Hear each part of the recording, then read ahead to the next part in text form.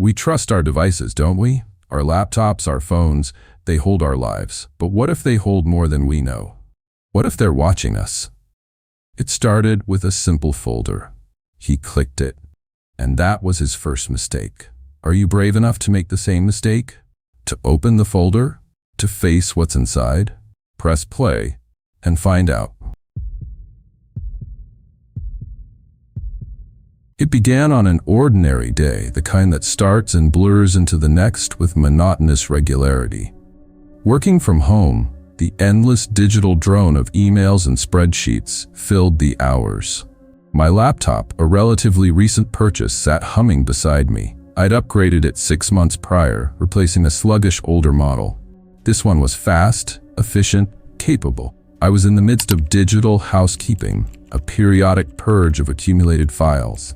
I find order therapeutic, a way to quell the inner chaos that sometimes threatens to overwhelm me. Navigating through my documents folder, deleting obsolete files, categorizing others, the usual mundane task. And then I saw it, a folder. Its name, Archive Personal Backup Do Not Delete. The stark command felt wrong, an anomaly, a warning, an instruction or threat. An archive personal backup, it sounded like system-generated jargon, technical and impersonal. Yet, I had no recollection of creating any such backup folder, especially not one adorned with that ominous do not delete tag. I pride myself on meticulous file management. This folder was an intruder. Curiosity, that insidious human trait, took hold. How could it not? A folder I didn't recognize, bearing such a name, felt less like a system file and more like a deliberate provocation. A sense of unease, a prickling premonition began to crawl beneath my skin.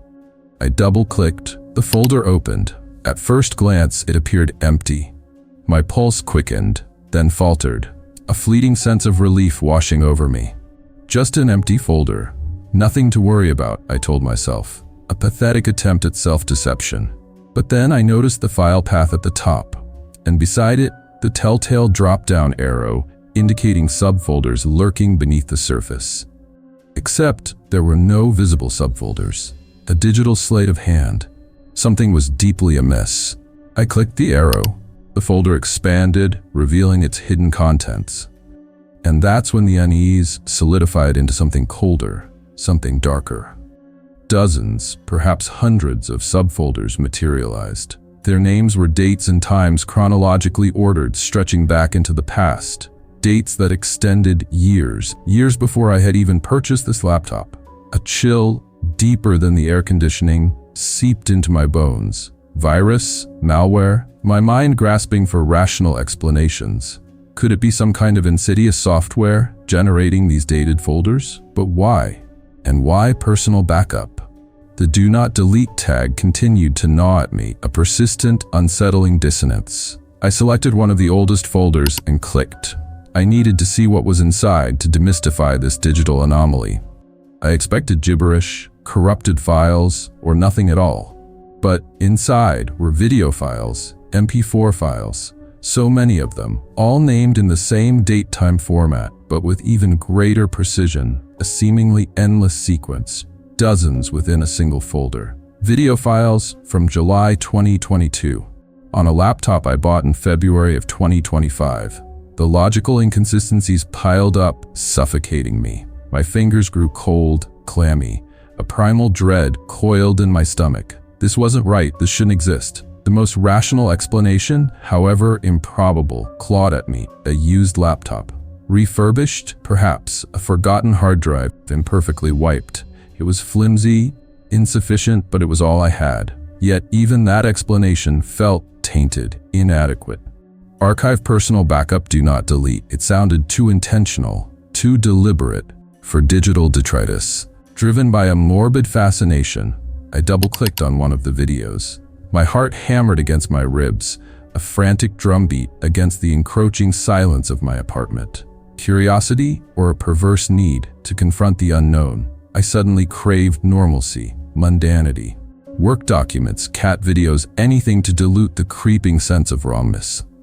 The video player launched. The screen flickered, resolving into a grainy, low-resolution image. Black and white. Static danced across the picture, lending it the unsettling quality of surveillance footage. And the image, it was my bedroom. No, not my bedroom now. The sterile, functional space I occupied in my current apartment.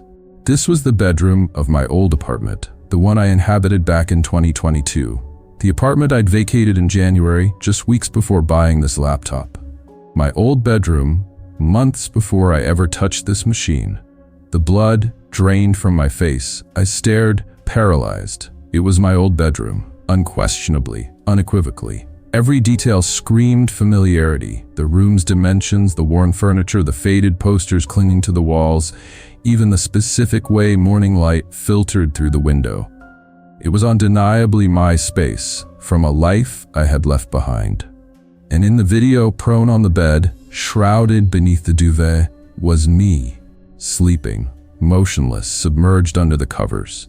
The camera, positioned high in the corner of the room, angled down, its gaze fixed upon the bed, like a hidden camera, a surveillance cam, a nanny cam. But who would have installed a hidden camera in my bedroom? And why? And how? Impossibly had this footage migrated to this laptop. Nothing moved in the video. It was just me, laying there, sleeping. No sound, only the silent, grainy, black and white record of my vulnerability, recorded months before this laptop became mine. I clicked on another video, same date, different sequence number, a different perspective? Some hidden context? The video loaded. Same grainy monochrome, same room, same corner vantage point, same me. Still sleeping, but now subtly different. A few seconds further into the timeline, I had shifted slightly in my sleep, turned onto my side. Minor adjustments, but always relentlessly just me sleeping. Silent, grainy, black and white video of me sleeping. Panic began to constrict my chest. I clicked through more videos from that folder, dozens of them, each only seconds long, each infinitesimally different. Me shifting in my sleep, turning, adjusting the bedding, sometimes barely perceptible movement at all, but always me, sleeping. Recorded in my former bedroom, predating the existence of this laptop in my life. My breath grew shallow, ragged. My heart pounded a frantic tattoo against my ribs. This was beyond unsettling. It defied logic. Used laptop, forgotten files, the rationalizations crumbled into dust. This felt deliberate, calculated, deeply, disturbingly personal. Archive personal backup, do not delete. The name echoed in my mind, morphing from instruction into a chilling pronouncement. Less an order, more a warning. These files held significance, something I wasn't meant to discard. But what? The dread settled in, a cold, suffocating weight. I closed the video player, closed the folder, and tried to breathe to regain some semblance of control. But the feeling lingered, a phantom touch of unseen eyes, a sense of violation that this laptop so sleek and new now felt tainted, corrupt, as if it possessed a secret knowledge about me, something intimate and unknown, something watching. I couldn't leave it. The folder, the videos, the chilling, inexplicable images, they burrowed into my mind, festering. Sleep offered no escape, only a parade of grainy black and white visions. My old bedroom, replaying on the back of my eyelids, an endless loop of silent surveillance. I had to know more. Understanding, however terrifying, felt preferable to this suffocating uncertainty. With a trembling hand, I navigated back to my documents folder. My pulse hammered a frantic rhythm against my ribs. I scanned the file list, my eyes snagging on the familiar name. And there it was again. Another folder, identical to the first, yet palpably, terrifyingly new. Archive personal backup, do not delete. No, it couldn't be. Another one? The name was the same, yet this folder radiated a different kind of wrongness, a fresh violation. The date-modified timestamp confirmed my dread. Today. Moments ago. Created while I was lost in the labyrinth of those older videos, while fear had paralyzed me.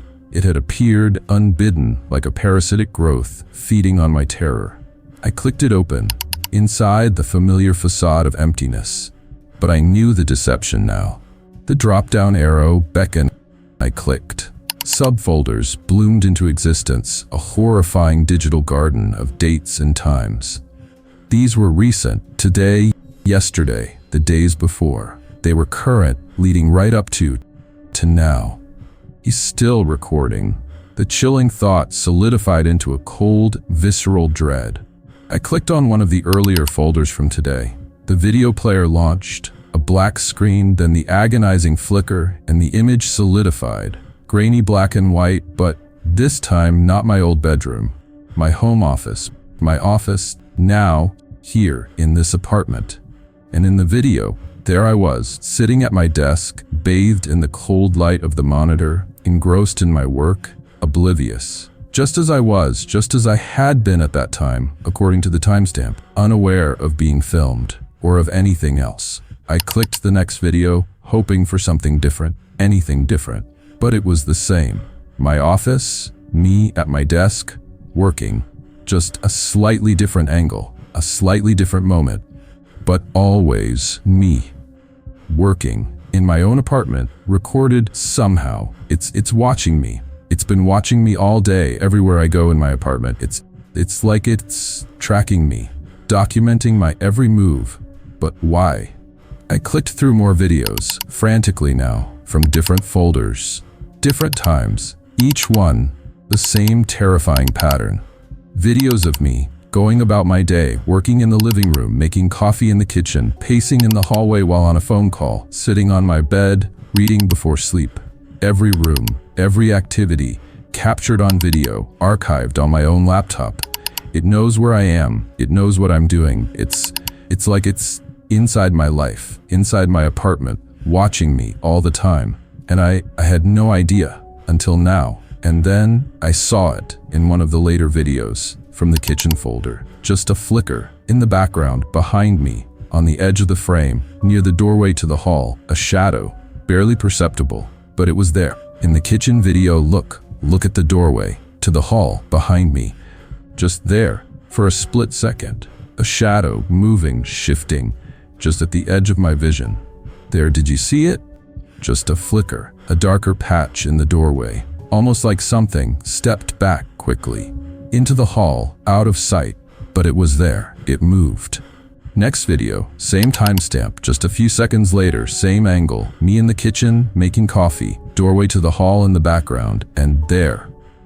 Again, but this time it's slightly clearer. The shadow in the doorway, it's more defined, like it's not moving anymore. It's standing there, in the doorway, watching me from the hall. It's here, in my apartment, not just in the videos, but really there, in my hall, watching me, from just outside the kitchen, unseen, unknown, until now. I started frantically clicking through more videos, desperate to see, to understand. Was it still here, in the hall, or had it moved again, gone somewhere else? And it was here, in video after video, in different rooms. In the living room video, it was behind the sofa, just a shadow at first, then slightly more defined. In the office video, it was by the window, a flicker in the corner, then a darker shape. In the bedroom video, it was in the corner of the room, near the door. Barely visible at first, then a distinct outline. It's getting closer, it's moving through the apartment, room to room, following me, in real time, or just behind me, always just out of sight, but always there, in the videos. And now I can feel it, I can feel its presence, even here, even now. And as I scrolled closer to the most recent folders, to the videos from just minutes ago, the figure, the shadow, became clearer, more defined, less shadowy, more solid. In the hall video, you could see shapes, definitely eyes, glinting in the dimness. In the living room video, you could make out the curve of a pale face, just barely illuminated by the screen light. And in the kitchen video, in the doorway to the hall, you could see unmistakably the smile. It's him. He's in my apartment, really here. He's been here all day, moving with me, following me, and now he's getting closer. He's becoming clearer. He's almost the last folder, just seconds ago. The most recent videos. I have to see, I have to know. What is he doing now? Where is he? Is he closer? I clicked, desperately, opening the last video file. Silence. Hangs heavy. Just for a moment, then the sound of the video loading, static, then an image. But this time, there is no grainy black and white flicker. This time, it's different. This time, it's clear. Too clear. Unbearably clear. Full color, high resolution live. It's live. The camera light is on. My laptop is recording. And he's right behind me.